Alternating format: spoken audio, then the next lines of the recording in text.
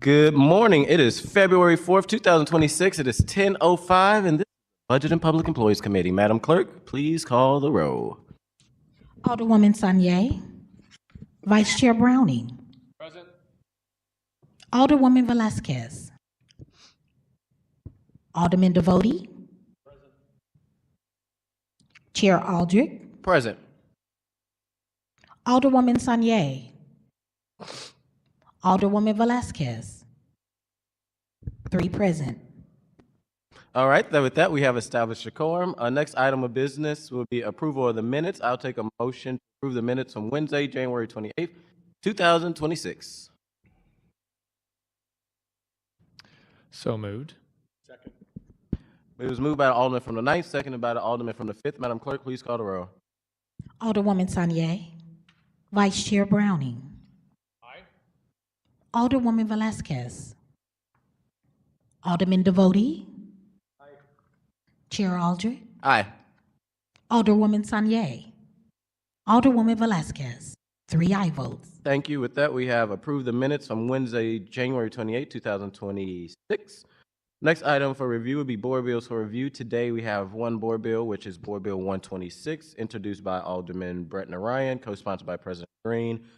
Alderman Narayan from the 4th Ward, whenever you're ready, you can present Board Bill 126. Thank you, Chairman, members of the committee. I have a committee substitute that is in the drive that we should probably take up before so that we have it properly in front of us. Got it, and I believe we all have the committee substitute in front of us, so I'll take a motion to adopt the committee substitute. I move that we adopt the committee substitute of Board Bill 126. Second. It was moved by the Alderman from the 9th to adopt the committee substitute to Board Bill 126 by the Alderman from the 5th.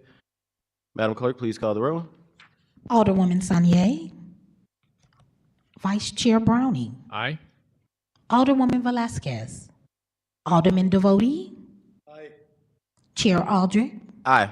Alderwoman Sanye. Alderwoman Velasquez. 3 aye votes. With that, we have adopted the committee substitute for Board Bill 126. Alderman, you may proceed. Thank you, Chairman, members of the committee. So Board Bill 126 committee substitute is a very simple bill. It's not anything like the other short-term bill that I carried some time back that has a lot of regulations regarding it. This is a completely separate issue. The one thing that this bill does is enable the license collector to collect the fee passed by the voters in 2024 with, it was then on the ballot as Prop S. We've talked to platforms. The platforms can send out internal correspondence to their operators once this is in place to notify them of the additional tax liability. The President's office is going to continue to work with those platforms to get a voluntary collection agreement in place. The license collector is supportive of this, and legal co-wrote it, so we should be good on language there. The only thing that this is doing is, setting up the platform to actually allow the license collector to collect the tax that the voters approved. With that, I ask for your favorable consideration. All right. With that, we will go in order of seniority for members of the committee to ask questions. Vice Chair Browning. Thank you, Alderman. It's good to see some movement on this. So is this the fix that we've been waiting for to start being able to enforce short-term rental regulations again? No, it's a completely separate issue from that. There's a court case on the short-term rental regulations, and those are on hold. So this has absolutely nothing to do with the regulation of short-term rentals. This only has to do with the tax that was approved by the voter.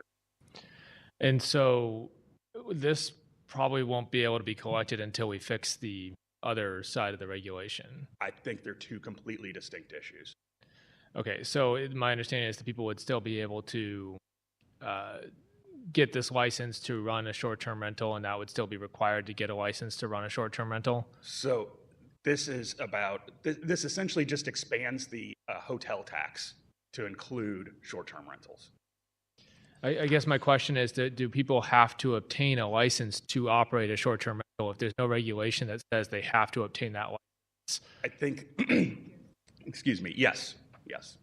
Okay, so there is some sort of license that's required still, so that is somewhat of a control we have over. I ask because I have a lot of short-term rentals in my ward, and almost immediately after the regulations were paused because of that court case, the problem properties started up again almost immediately, and without an ability to pull back a license that they have, there's almost no teeth to being able to say, hey, you can't do that there anymore.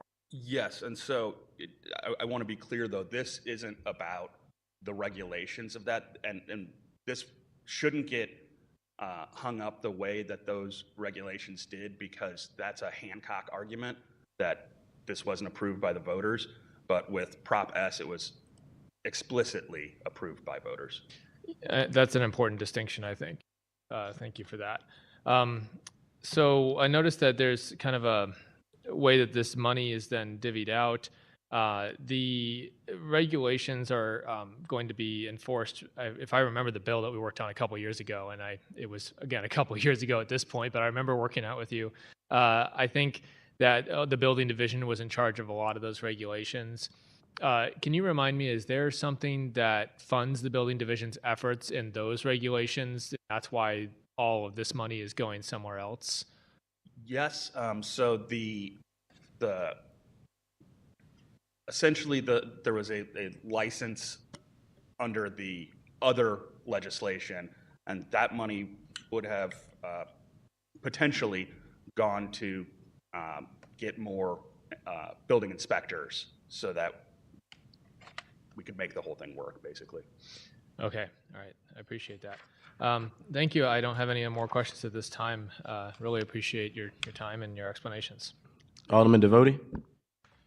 I don't have any questions. I would simply say, Alderman, thank you for bringing this forward and completing the process of creating the platform by which this particular amounts can be collected. So thank you for your work. Thank you. And just for the the public and people that are watching, because I know short-term rentals is a big thing. I also have a lot of them represent downtown. As it get warm, parties start to, as the young kids say, turn up, and they book these short-term rentals and it become a problem, which, I appreciate your leadership for working on the regulation aspect of it. I think maybe last session or the session before, to try to do something to hold short-term rental individual party hosts accountable. I think there was like a 3-strike. It was limitation of what apartment buildings can have, like a certain percentage of how many short-term rentals. But the regulations is completely separate from the bill that you're presenting in front of us. If I'm understanding you right, the bill that you're presenting in front of us, short-term rental hosts and individuals still have to get a license from the license collector anyway, without regulations or not, correct? Exactly. And what this does is now it lets us from that kind of collect a fee directly from short-term rentals individuals. Is that correct? So excuse me, it just expands the existing hotel tax to include short-term rentals as well. Okay, and it looks like this fee will go to Affordable Housing License Fee Fund, correct? Yes. Could you maybe just explain maybe what the goal of those funds going to that affordable housing? And I'm definitely a fan of affordable housing. We need definitely more affordable housing. We need market rate. But as bread is going up, eggs is going up, and a lot of these luxury places are being built, we also need to make sure that we have affordable housing as people wages on. Sure. So the thought behind this was that housing is essentially a zero-sum game. For every house that becomes a short-term rental, that is a house that someone can't live in. And so as we've seen a proliferation of single-family homes become short-term rentals, that means that there's less, especially kind of the starter homes, on the market for people who want to purchase a home. And so and this would only be a drop in the bucket, frankly, but to make an attempt to offset some of those rising costs as a direct result of the proliferation of short-term rentals, we thought that it made sense to allocate the money that way. No, I appreciate it. I think ways that we can get creative with fees are always important. And I'm looking at page 4 of 6. That I think talks about the fees. Look like 50% of this affordable housing license fee would go to CDA. What I love about the other ones is, 25% of the fee revenue that's deposited is also go to impacted tenants fund. This is something that this board has passed, and then we've updated it when the tornado happened. This committee also passed additional funds from the Rams interest money to make sure that that was updated as well, or money going into impact tenants funds as well as right to counsel, because as much as we want to have affordable housing, we also know we have a lot of landlords that don't play by the rules, that do things to tenants, and tenants necessarily, one, barely can make rent, let alone get a counsel. So I do love how the money is getting kind of creative with this fee. That's all I have. I do support it. And Madam Clerk, if you could add me as a co-sponsor. So noted.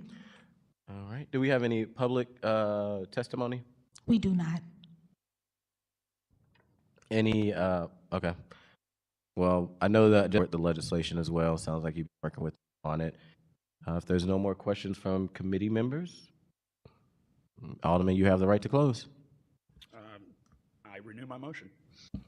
You actually do. I do not have a motion, actually. I ask for your favorable consideration. I'll make the motion. I move that we pass Board Bill 126 committee substitute out of committee with a do pass recommendation.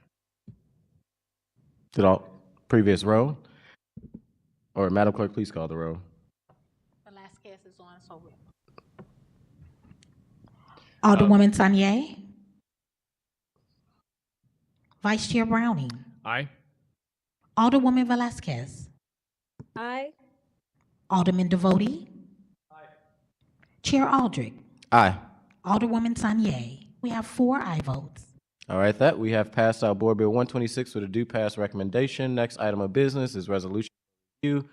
We do not have any. There is no committee discussions.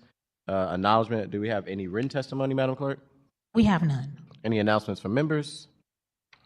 And I'd like to excuse the Alderwoman from the 7th Ward for necessary absence. With that, I'll take a motion to adjourn. So moved. Second. All in favor, aye. Those opposed, motion carries.